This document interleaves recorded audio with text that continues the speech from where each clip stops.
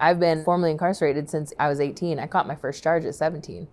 And the realization for me of what that meant for my future wasn't really there because I spent the next 10 years still in that lifestyle.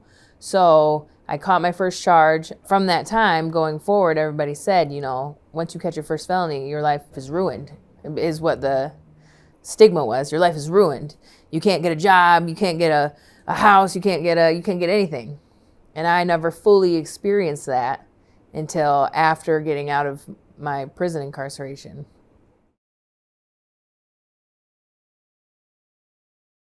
So I go into the prison. I find out 6 days into my incarceration that I'm pregnant with my first child, my only child. She likes to correct me. She's my only child.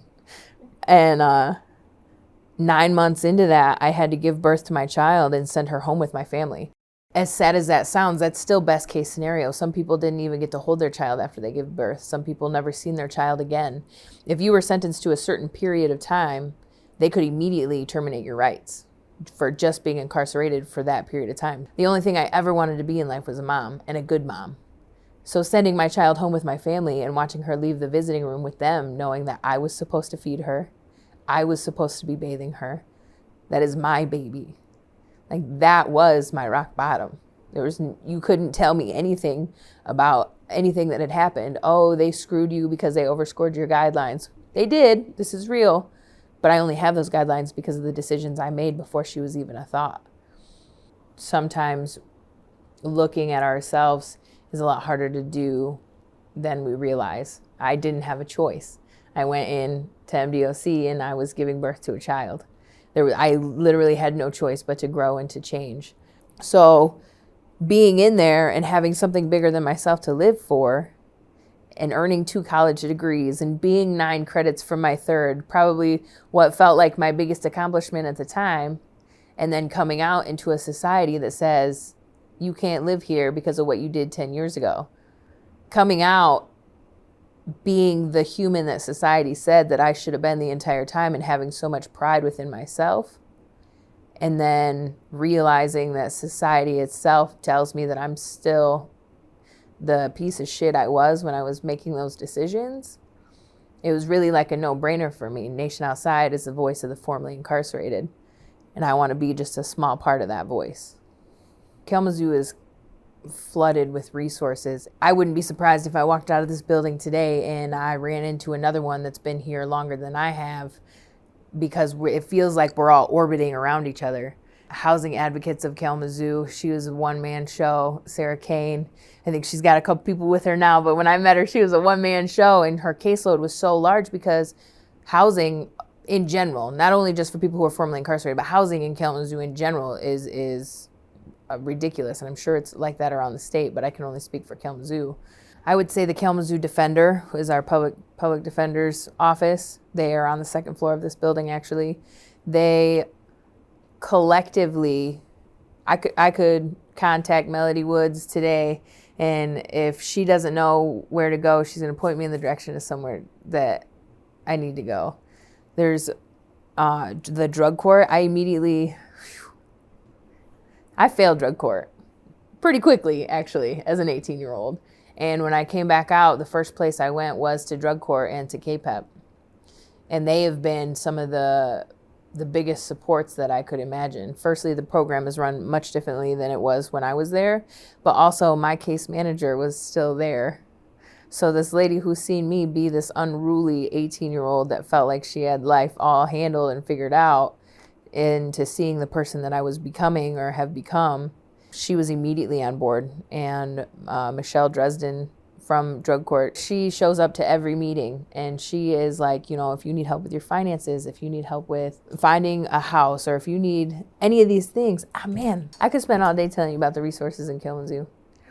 I think what it boils down to in terms of resources, though, is it's not a specific resource that needs to be outed. I think that collectively, when we get together in a room, we are a force to be reckoned with. When those resource fairs are very cliche, right? You're like, oh, another resource fair. I'm going to go there and nobody's going to be able to help me with what I need.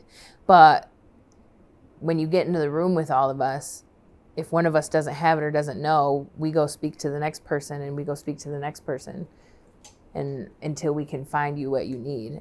And I'm sure there's a bit of that in other places, but to have seen it worked at this point has been nothing short of a miracle for me, because I personally didn't use any resources when I got out.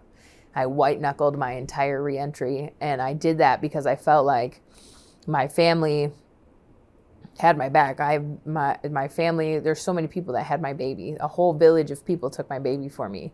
And the day that I got out and got in the vehicle, they gave me my baby back. I didn't have to fight to get her back. I didn't have to prove anything to anybody. Not only did they give her back to me, they provided us with a place to live and food to eat until I was able to get a job, and they provided me with transportation to that job. So I personally, in my mind, had best case scenario. Looking back on it, it was silly of me to not take advantage of the resources that are here. But part of that is because I had no idea how much we had here. I had no idea how much we had here. And the powerhouses inside the parole office, super cliche, if you need help, ask your parole officer.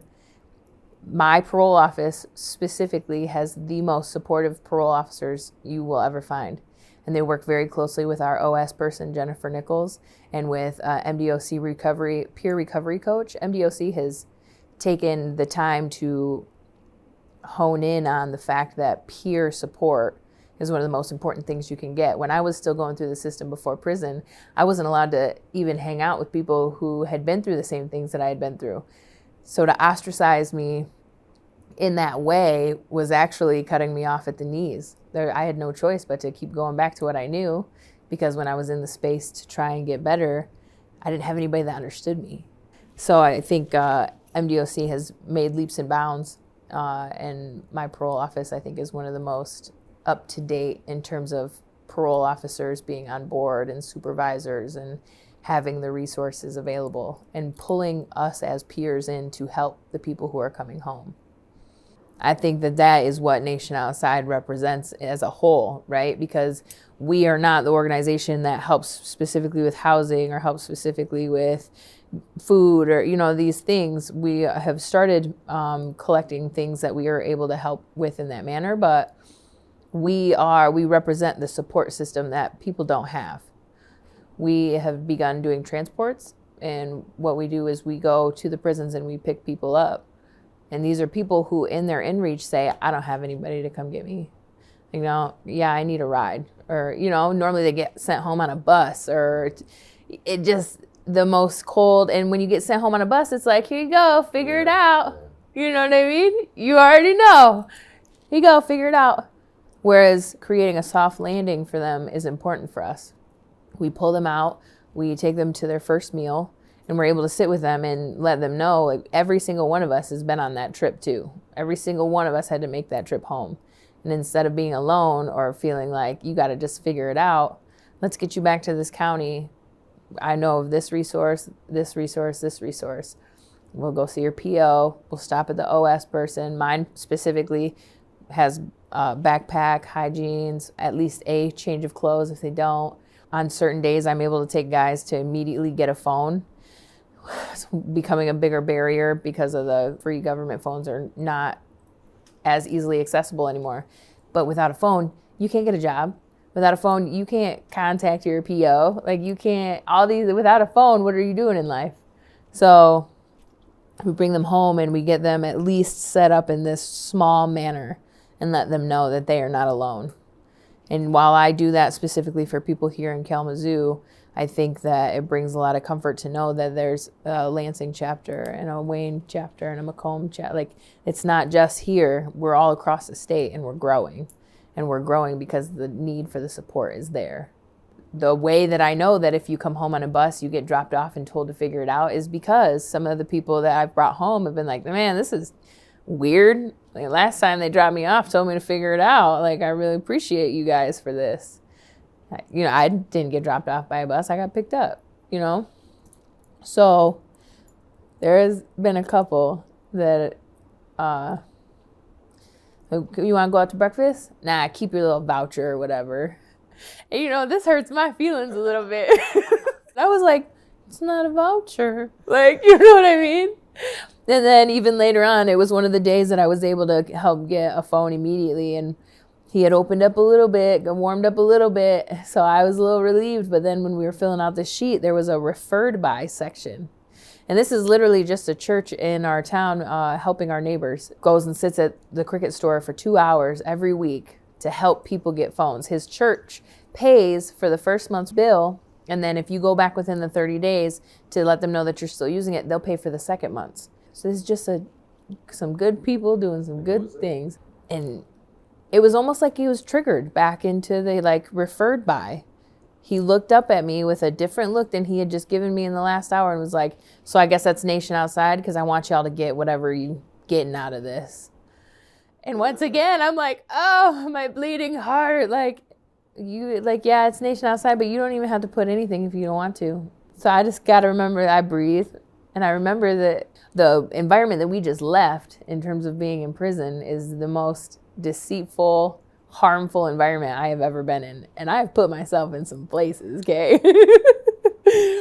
And the time that people spent before going to prison was probably not the best places to be or around the best people. So walking out of those gates and not having any sort of direction because you were just stuck in this survival mode of just getting out of those gates and never even fully being able to put forth the thought to what happens next, that's real. That happens every single day. You go and you get rehabilitated inside the prison. That's not real.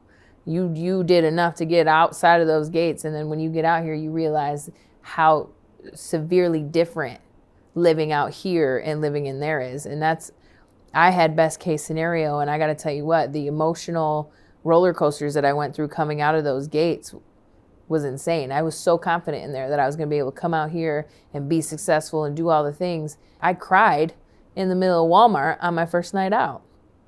I had no idea, I know I need clothes, right? But walking in, you got 1,000 choices out here. You got one choice in there. You go to the quartermaster. Quartermaster gives you what you get. That's it. So I would say to reach out to any organization that you're comfortable reaching out to, not even just Nation Outside.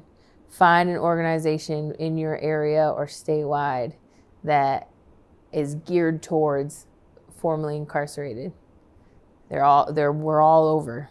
We're here. You're not alone, that this is not going to be easy, that you have to work for this. If you have spent any amount of time behind those gates and those walls, you are set up for failure right now. You are living in a world that told you to be a better person, and even if you come out a better person, you are facing barriers that have the power to slow you down and stop you if you let it. But we're here to make sure that it doesn't.